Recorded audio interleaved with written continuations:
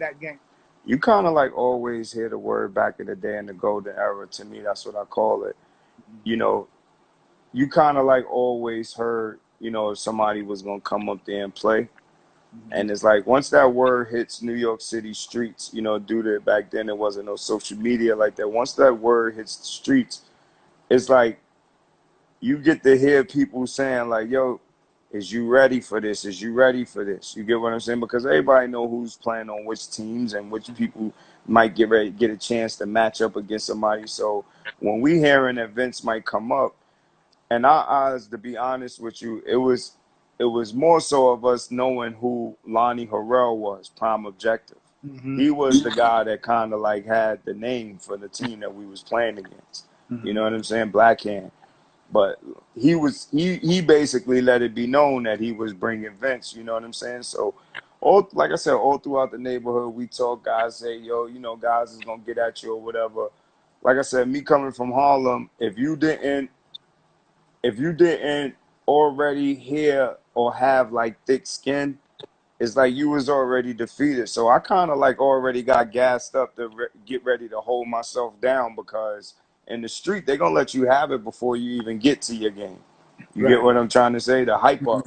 You know what I mean? That's what we do. We all go to Hump 42nd.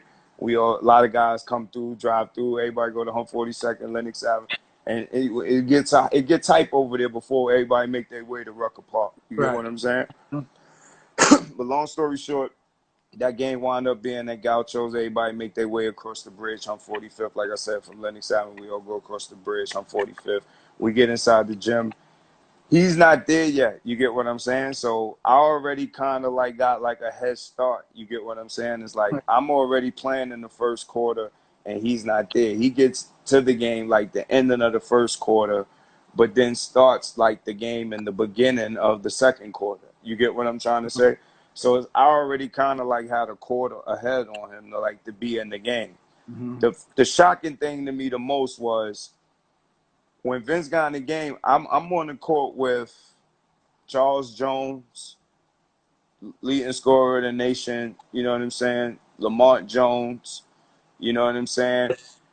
Julius Hodge. There's a lot of different guys, and these guys are all like top city. These big names in the city. Besides my name is Streetball, but their names is like big, like in the city circuit. So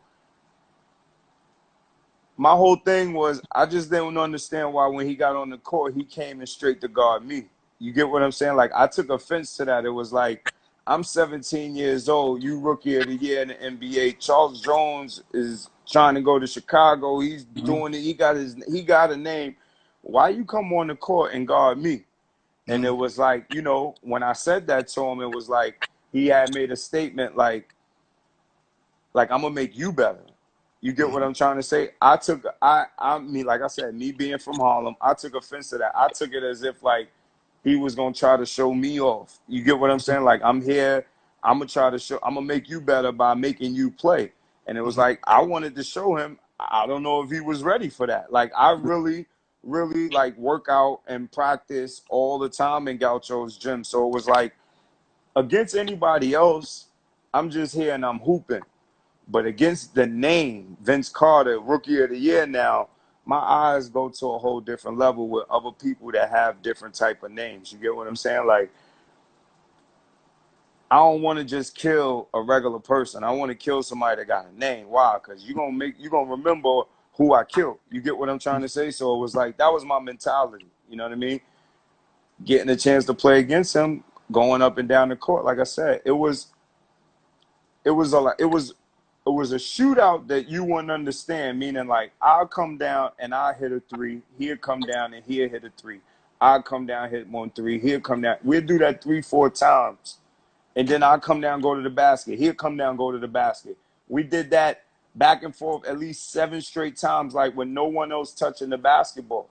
Like you got to think about this is a 5-on-5 game. Mm-hmm. All of a sudden turned into a 1-on-1. That's my field. You Right. get what I'm saying? So it's kind of like I won that battle, but he won the war. His team won that game. His team won by 2 points. You get what Mm-hmm. I'm trying to say? Yeah. I Yeah. have 45. You get what I'm saying? Yeah. But he did come and, you know, hold it down as in a battle. You know what I mean? It was like, you know, a 17-year-old kid playing against Rookie of the Year in the NBA. And at the end of the day, like I said, I just wanted to make sure that people knew that I was never afraid of a challenge. You know what I mean? And knowing that he had that type of name, I was up for the challenge that day. And like I said, the one thing that I can remember, when I woke up the next day, my life was never the same. Like, I know where my life changed at. You get what I'm trying to say? It's like, I don't know how some people may feel that may have 1 million or more followers. You get what I'm trying to say? There are some people that might have 20, 50 million followers. I know when they go outside, there's a light chance that a lot of people might know them because that's the reason why they got that many followers. I'm talking about the ones that do got it. Obviously, you know, there's somebody, they're verified. The point I'm trying to make to you is that was the feeling I got when I went outside. I was verified, bro. When I woke up, I usually take my walk around Harlem. I'm talking about everywhere I went.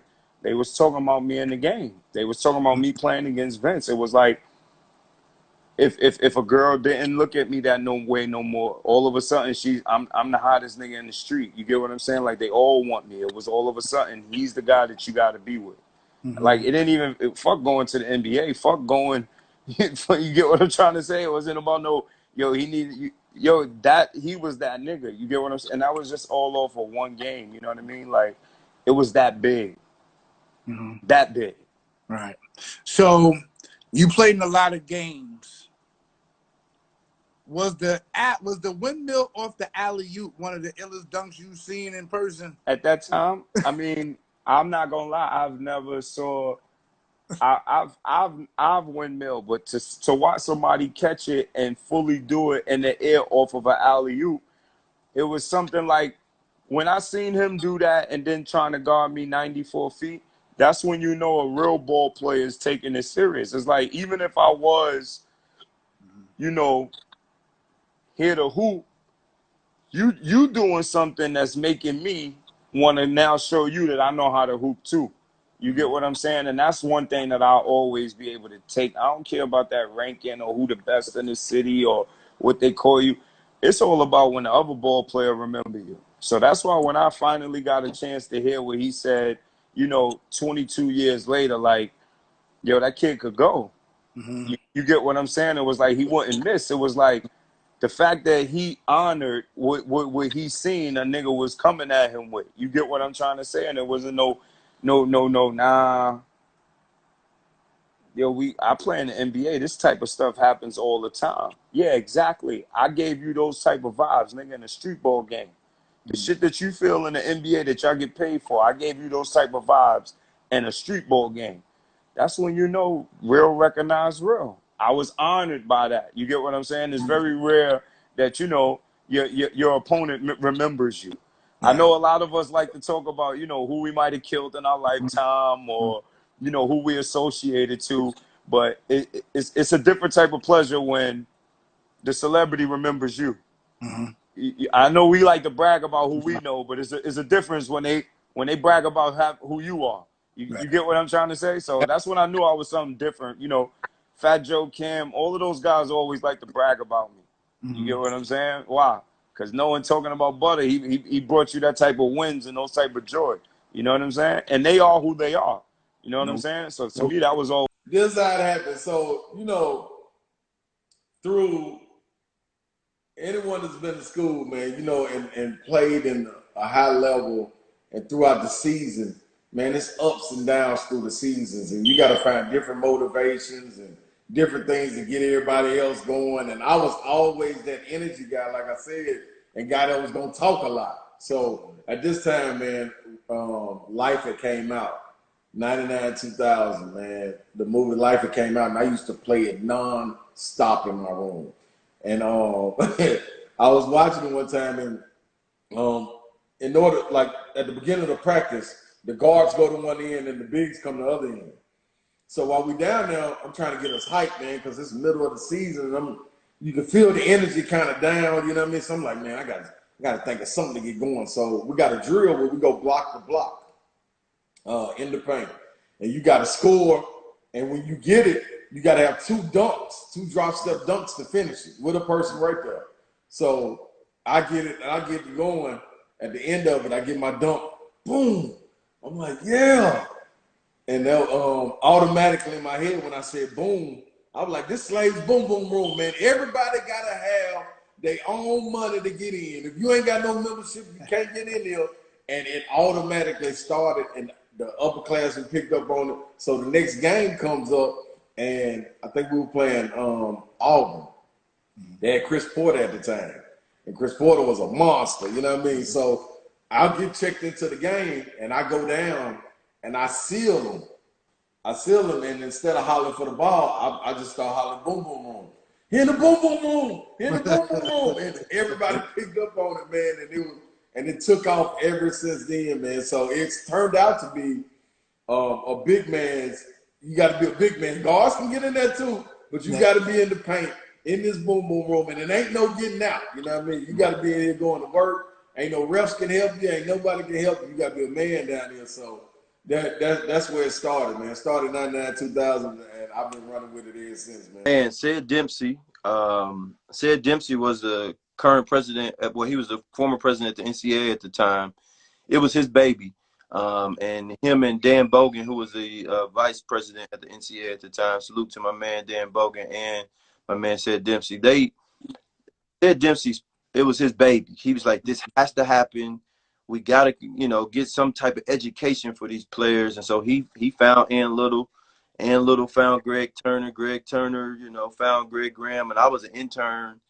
And man, I was just a little punk intern, you know what I'm saying? And so I had heard about the program. So I used to sneak upstairs and see what they was doing. I was like, hey, y'all, I want to be a part of this. And they was like, Duke, when we get a chance, I was like, no, y'all not understanding me. So lo and behold, I got to be a part of it. I volunteered. Ann Little was in charge of making this program turn into fruition. You know what I'm saying? She did an incredible job. She was a great visionary with the whole thing.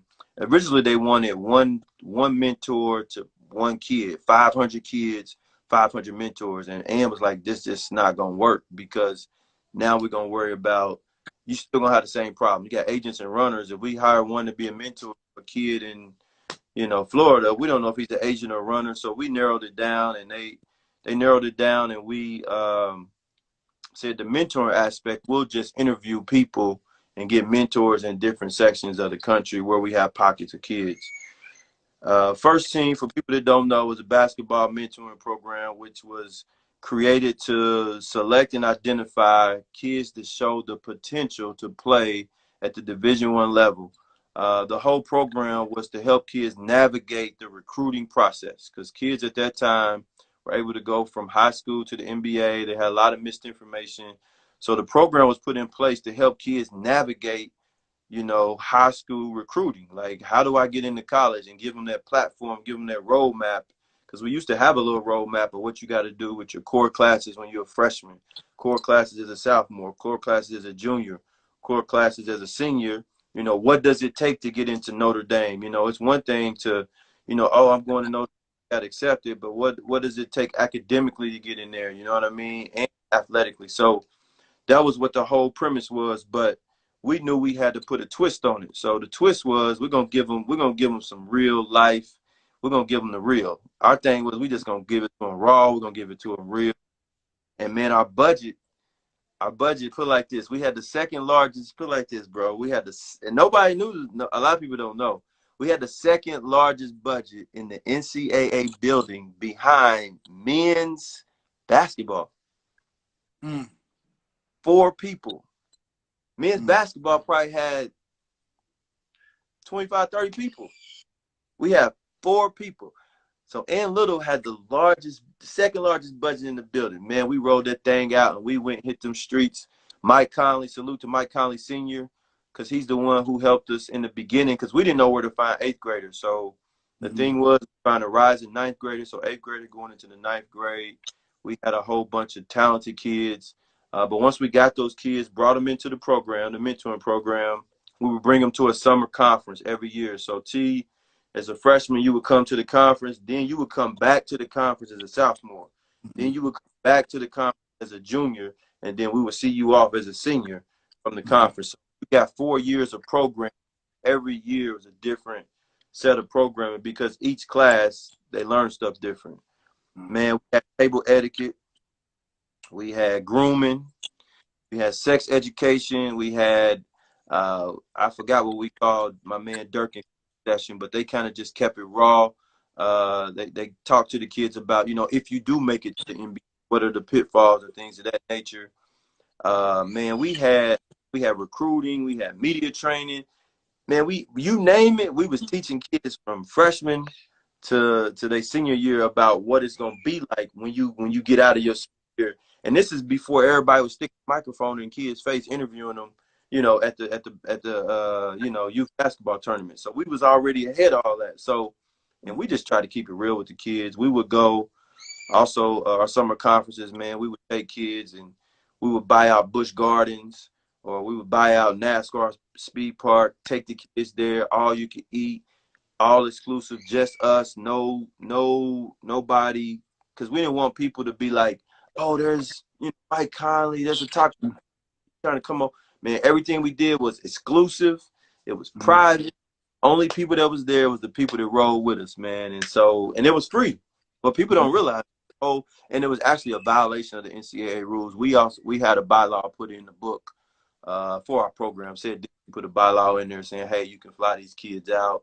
We didn't bring parents. Parents, if you wanted to come, you had to find your own way. You couldn't stay at the hotel with us. You had to go. You couldn't go to none of the sessions. It was athletes only, mentors only, and speakers only. No outsiders could come in. Man, Nike and Adidas, man, when they found out about it, they were like, man, we want a part of that. And at the time, I was the young I was the young guy that was like, yo, let's sign with Nike. Let's be our sponsor because they got all the kids. And Ann Little was like, no, we ain't bowing down to that. And, years later, man, Nike, hey, that's what they do. They took some of our ideas and made it they stuff. You know what I mean? But we didn't know they was going to do that. But at the time, I was a big Nike. I was like, man, let's roll with Nike. They got the kids. So we threw some ideas out, and Nike kind of took the ideas and blew it up. But that's kind of, I mean, I'm pretty sure I left out some stuff, but we just mentoring kids, teaching them life stuff. We would go visit them. We would go throughout the year, and we made it a point that I tried to go see every senior. Play. So for 4 years, bro, I didn't have a break. I had a break only in June to July, and that was to get ready for the conference in August. So our conference was year. Man, we had kids skipping Nike camps and everything, and Nike was like, yo, where y'all going? They like, I'm going to the team. I'm there, bro. So that's how it went down, man. Yep, that's how it went down, T. So I mean, so I got a program called the Bridge Program that I do, and I think you hit the nail on the head. And I think it's not about getting kids when they're already sophomores and juniors. It's really, you got to get them when they're in 8th grade before they actually start the official journey. That's the most important transitional year into this high school thing. So 8th grade is when I start my Bridge program, because there's some things that these kids need to know prior to getting into high school. And then when you're talking about the elite level kids, which First Team had, there's a whole different set of things that they have to be concerned with, because they're the elite in basketball. So Tyler, talk to everybody about how it was. Like, how did you guys go out and identify a kid that you wanted to be a part of First Team? Because like, you couldn't just be a basketball player and be a part of it. You had to be selected. So which is how we met. So talk about that process with you and Greg.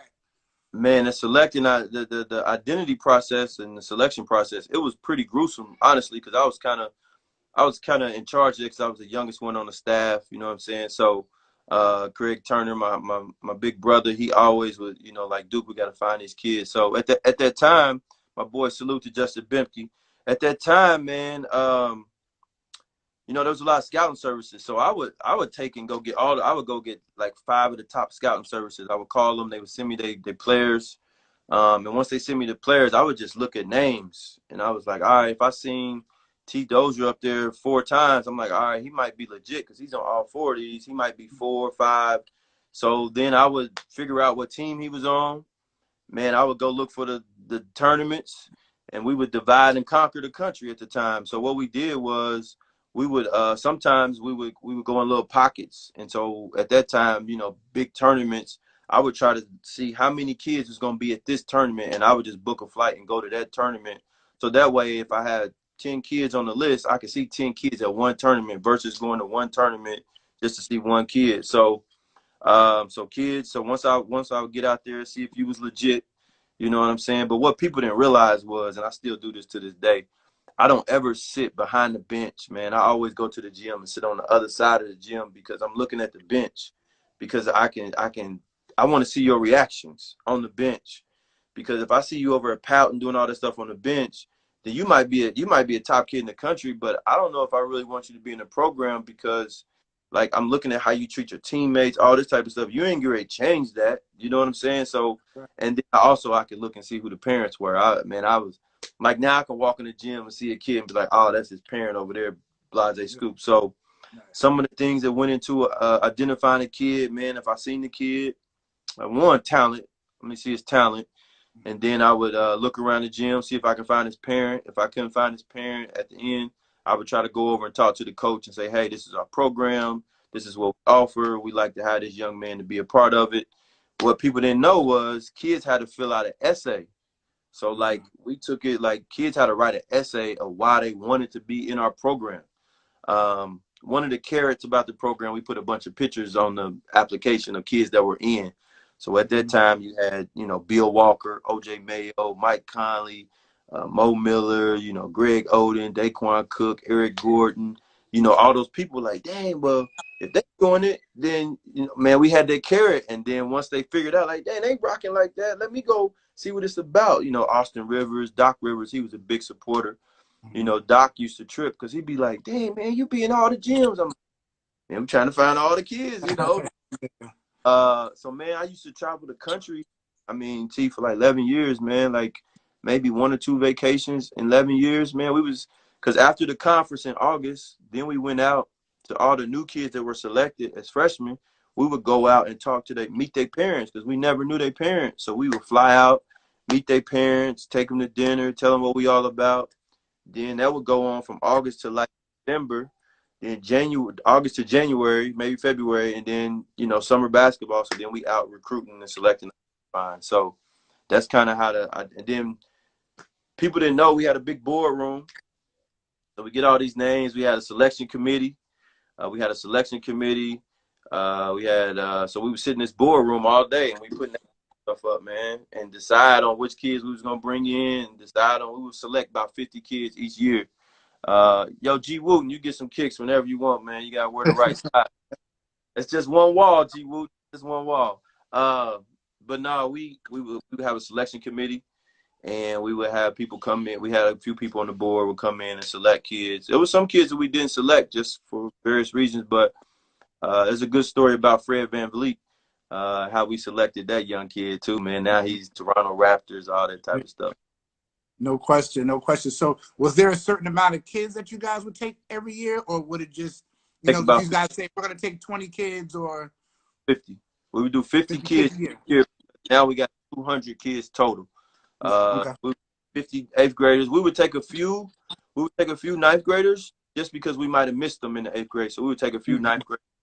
We capped it off around 50, 55 so that we have 200 kids. That's a lot of kids for you know, basically 4 people to mentor and take in. With that second group, we went to a national tournament, the Spies tournament out in Indiana.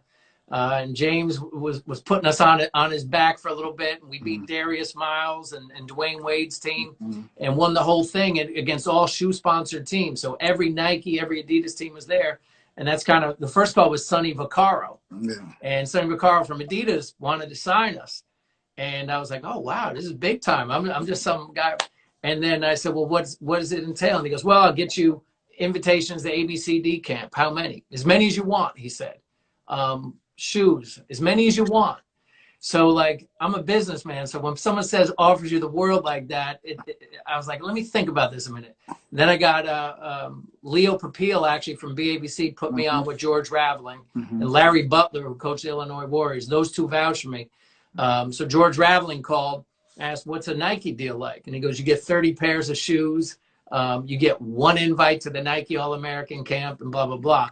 So just one invite and a finite thing, but it sounded like, and he was interested in our program, wasn't interested in just that team. He said, what do you have coming behind it? So James's team was going to be rising juniors, you know, that class, and they were really good.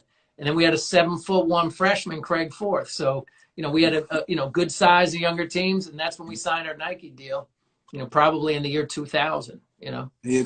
Okay. So you know, we wanted to be that, and I thought if we could start getting the best players, and I wasn't a dad, I didn't have any at that time everyone's a dad coach, so I just took what was the best. I didn't care where they came from, what they were, and you know, and we were able to quickly. I mean, that James is graduating class 3 years later. I'm in a Final Four, and Craig Forth and James Thomas are going against each other, jumping center. So it was pretty big.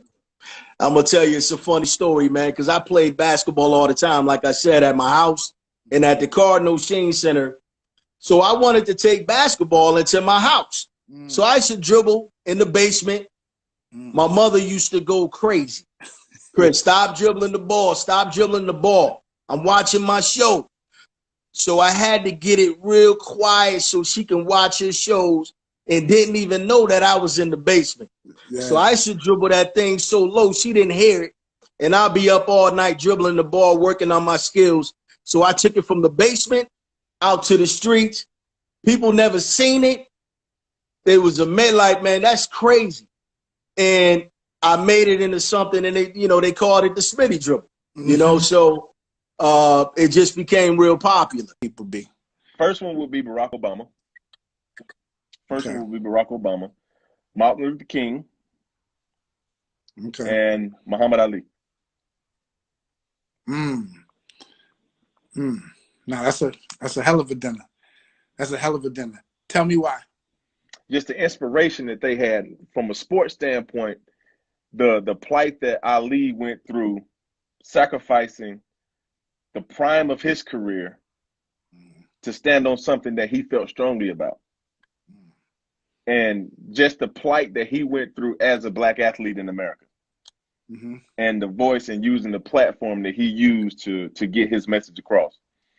Martin Luther King, you know, especially being here from Atlanta, you look at that. I look at a lot of his speeches and some of the words, his prophetic words, and just the march that he led, the nonviolent march.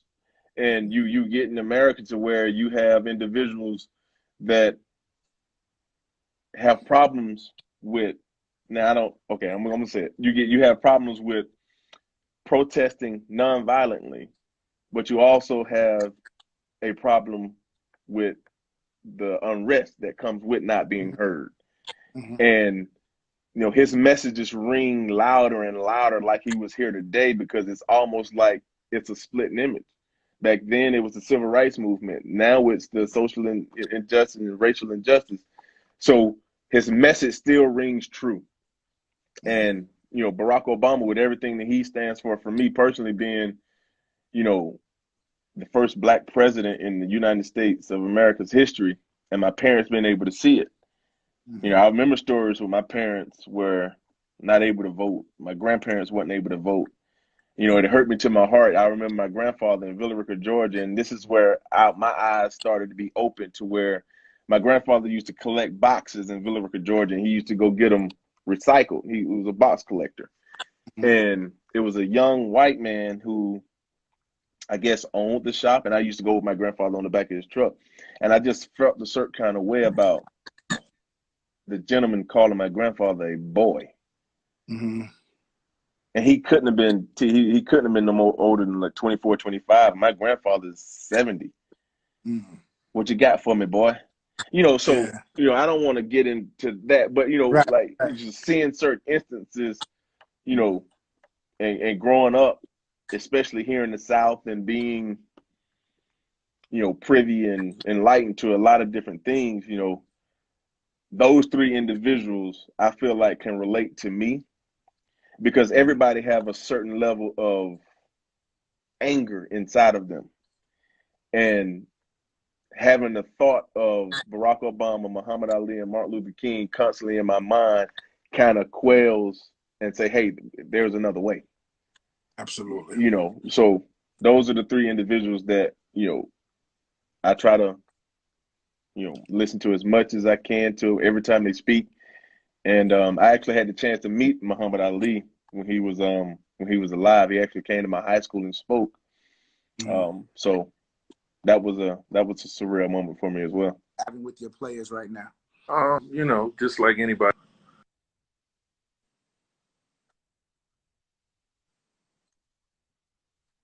I cannot overstate that. The emotion that comes with being an African American male in this current society.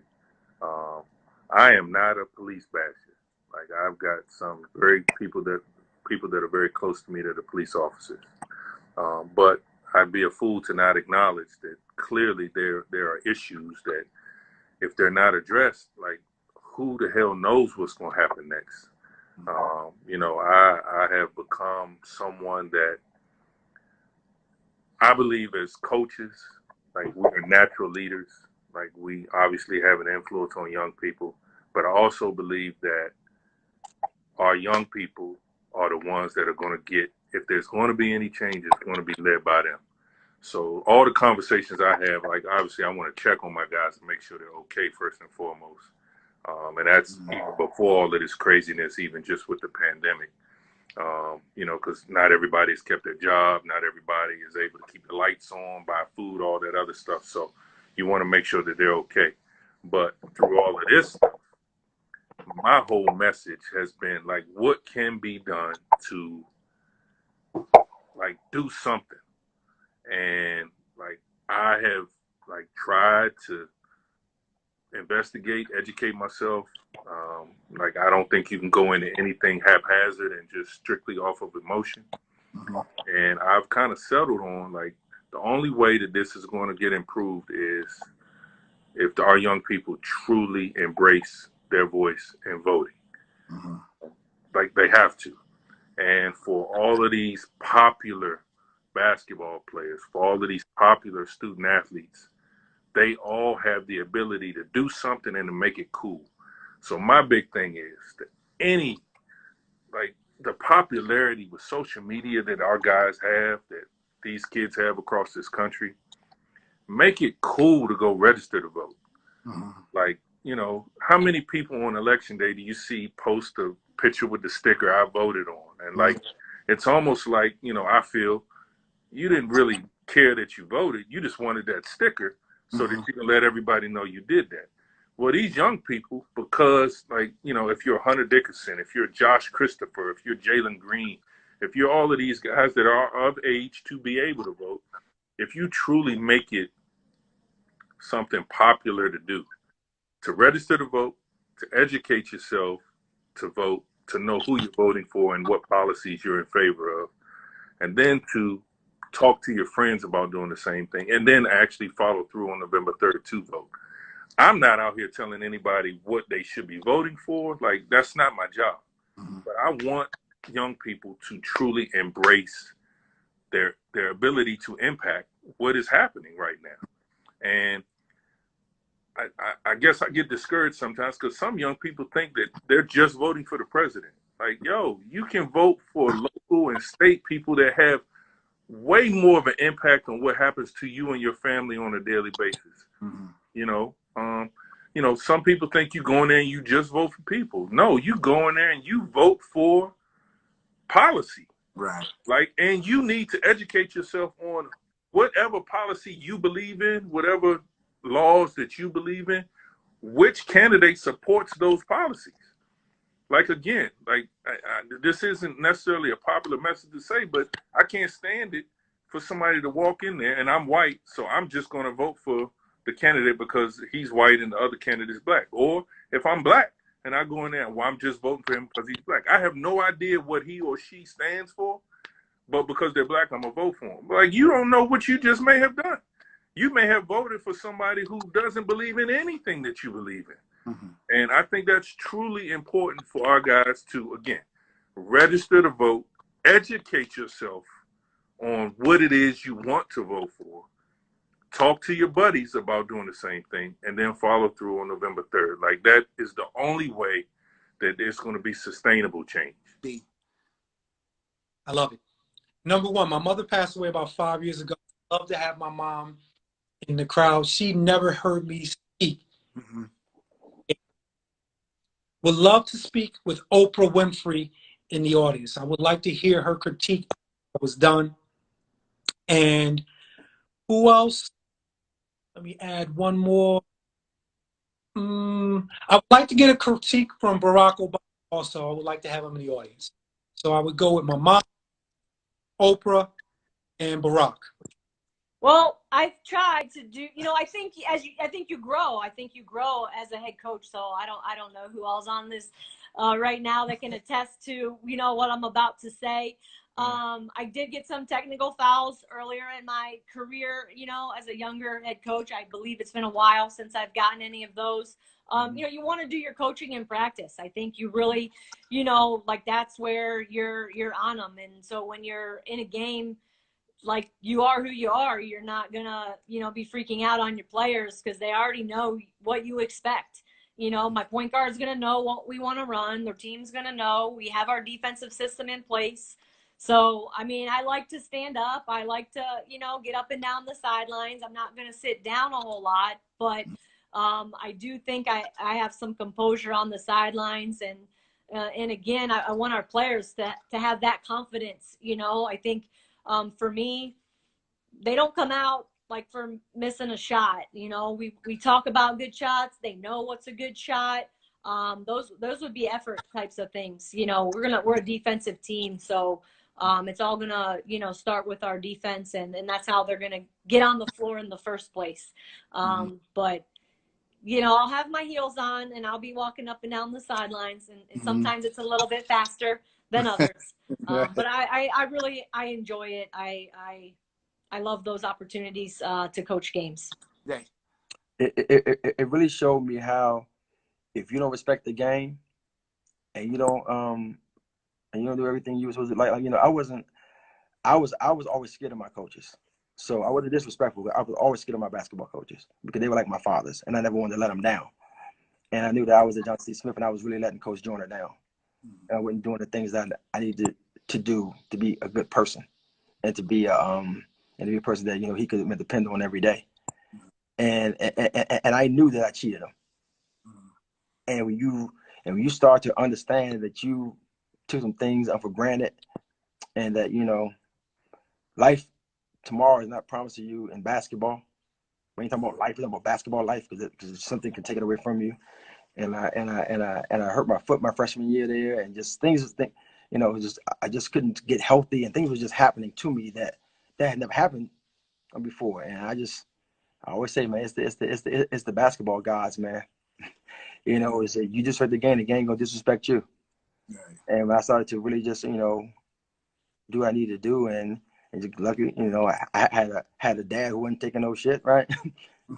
He was like, listen, if you ain't gonna do it, don't do them people like that, right? So my dad came home and ended up going to St. Mary's College, about an hour and a half down the road, and I can just tell you, man, just being at Smith was just a really good experience for me, because it really taught me how to be on my own, and be away from home, and to grow up a little bit, and to not take things for granted.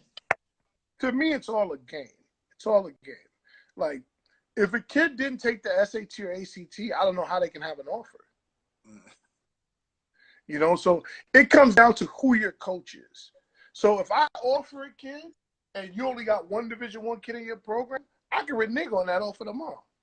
What you gonna do? You only got one kid. I ain't never gotta see you again. But the programs that have 10 or 15 or 20 kids, some of them have a ground to stand on, because you may not be able to recruit none of their kids after that.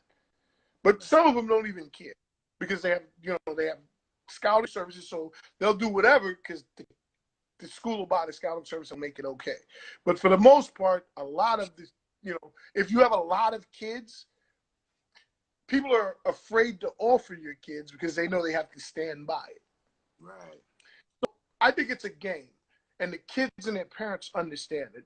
If you write that such and such offered you from, like, I'll use Siena because that's upstate. Now, maybe Albany has to look at you, or other teams in Siena's conference have to look at you. I just one big game. I think it just came from, again, wanting to be the best, but I also think, like, the way I played, like, I had to be ultra confident. Like, I can't play the way I played and lack confidence. I can't throw, like, a behind-the-back pass, and if I don't have confidence throwing it, I'm going to look like a clown. You know what I mean? Like, I needed that. And I also think I always have a chip on my shoulder, like, ridiculous. Like, I just feel like I walk around with a permanent chip on my shoulder. It's terrible at times, but it is what it is. So I think from being from, like, the suburbs, being 5'6", being like this, this little white kid from the suburbs, like, I needed to, like, maybe I developed a chip. I don't know. I feel like I was born with it, but, like, you got to play with something. I like to think now that I'm, a veteran and I've been doing this for a while, I think it's my versatility. Okay. It's probably one of my greatest strengths. Especially as an assistant coach, you don't want to be pigeonholed or labeled into one dynamic. This assistant coach is just a recruiter, or this assistant coach is just an X and O guy, or this assistant coach is just a relationship guy, or a technology guy. You want to be really good at everything, and so you got to be real with yourself, every step of the way towards your progression in this field, and understand where you're lacking at, where are you weak at. And I think during my 25 years, I just always had honest talk with myself, self-talk, that this offseason I'm going to get better at this. And then you hope through time, you become more well-rounded. Right. And you can pretty much not just do anything, but excel at every single aspect of your job. It's not a cockiness thing. It's a confident thing because you've put in the work. But other than that, it's just my passion, my energy. Like, I'm one of the ones that every single practice, every single workout, any kid that I've ever coached or any boss that I've ever had will tell you, every single day, I pride myself on being the most enthusiastic person in the gym. Right. Like that, to me, that's a non-negotiable, regardless of whether I had a bad day, regardless of whether things ain't right at home, those 12, 13 young ladies that are on your roster, regardless at what level, high school level, AAU level, they deserve to have your very best. And so I pride myself on being the most positive, energetic person in the gym, regardless of what gym I'm in. And that's something you can do from, if you coach elementary kids or if you're a professional coach. Bringing that positive energy every single day, man. And it's contagious. It'll rub off on the kids. And they like that. They don't care if you had a bad day. Right. They want to know that you got their best interests in hand. So what happened was my first year at UMES, I was a partial qualifier. But I don't know what they did, but what I thought they did was just, like, I wasn't on the team. I was just going to school. Like, I wasn't, part of anything. But the rules are, if you start a Division I program, your clock starts. And nobody knew that. Like, I had to go through a lot of things to, like, learn so I could educate other people. But yeah, so we didn't know that. My parents didn't know that. Like, nobody knew that. Like, so when I transferred, they're like, well, when I transferred, they made a mistake. With admissions, made a mistake. They missed, like, a whole semester's worth of credits that transferred from UMES. UMES sent over my transcript late. So the only thing they sent over in October was a permission to speak, not my transcript. It was a mess. Like, it was a mess from both sides, both schools. And, but, like, the whole admission, like, them missing my transcript, that messed me up for playing for this year. Like, well, the 2011-2012 season. So, like, I remember it was, like, a week before our first game. Like, I had been practicing. Like, I had the preseason from hell because my coach, I thought she was crazy. But, like, our preseason was really tough at Queens. But she, you know, she called me in her office and was like, "Hey, I just want to let you know, you're ineligible." So I'm like, "How?" I was like, "I had one semester left at UMS. So there's no way I can be ineligible." And she was like, "Well, if they're saying you don't have enough credits," and I'm like, how can that be? And then they're like, "Well, they only sent over your permission to speak back in the like summer. Like we just got your official transcripts in October."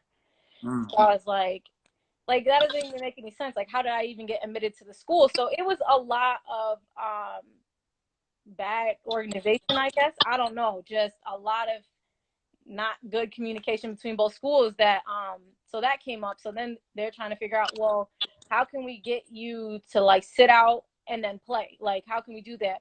So like they're telling me like, you got to drop down to part-time, you got to do this. And at that point I was willing to do whatever, because I was like, I transferred to the school to play basketball. Like I didn't, like, not for nothing, like I didn't come here just to go to school. Like if that was the case, I could have went to school back home in Rochester. Right. So but anyway, like long story short, like probably in like January or so, my coach was like, "Hey, like they found a mistake." So they actually missed a whole semester's worth of credits. So we have to write an appeal to the NCAA. So you could, you know, we don't even know. We still don't know if you're going to be able to play next year. So I was like, all right, whatever. So they wrote the appeal. I got my decision in March, but now it comes to, now you have to pick up a minor, or you have to double major. I'm like, I'm not double majoring. Like, I'm not. So I just picked up a minor so I could stay, like, you know, like be full-time for one semester. And then like my last semester, I took like a whole bunch of like elective classes. So, but yeah. So I almost missed my senior last year playing basketball too. I was gonna take a year off. I need a moment. I need to take a break. And the only person that I think could have pulled me from that decision was Coach Stringer. And so, you know, my sisters that are still a part of the game reached out, "Would you be interested?" And I'm like, for Coach Stringer, I mean, that's a no-brainer. Like, I don't even, come on, that's like, yeah. Now, can Coach give me a minute to just absorb what just happened to me? But yeah, I got her. Like, you know, and so, you know, I had about a month. It was right around Mother's Day, and she gave me that time home with my family, and then I was all hers. Yeah. Nice. So that was a no-brainer for me. Right. Yeah. And so, you know, with all your experience now, you know what I mean, because you got your own experience now. You've experienced the highs, you've experienced some lows now. So now, what's the learning experience like now? You know what I'm saying? Because you've been a head coach, you know what I mean? And, you know, which is obviously a lot different than being an assistant coach. So now, this late in the game in your coaching career, what are you learning? What are you learning now? What did you get from the Rutgers experience? So there's several. So now full circle, I'm now on the coaching side and serving her in a different capacity. I wanted to be even more so what assistant coach Mariana Freeman was for me at Iowa. I needed to be more than what Angie Lee, the assistant coach at the University of Iowa, was for me. I needed to be more for them. So Coach was going to, I knew she was going to challenge me scouting. I knew she was going to challenge me, you know, recruiting. I knew she was going to challenge me if it's drawing kids in for Kent. Whatever it was going to be, I knew that was coming because I played for. I wasn't expecting anything less. Okay. I knew she was going to tell me my stuff stunk when it stunk and it didn't when it didn't. Right. But at the same time, I never lost. I've had those examples, man. I got it. And that was my number one drive. And then taking care of her. You know, she's now at a different age. And, you know, I want to make sure she's getting everything she needs, you know, because she wasn't that spitfire she was when she was at Iowa. I mean, she still got it and she will always have it, I know. But, you know, there were some differences. And plus it was a difference because of where I sat at that time. You know, it was different. Now I'm the bug in her ear saying who's ready, who's not, who's, you know, and making sure I didn't set her up for failure. You know, you don't want to let your mama down, man. And she's like my second mom. So. No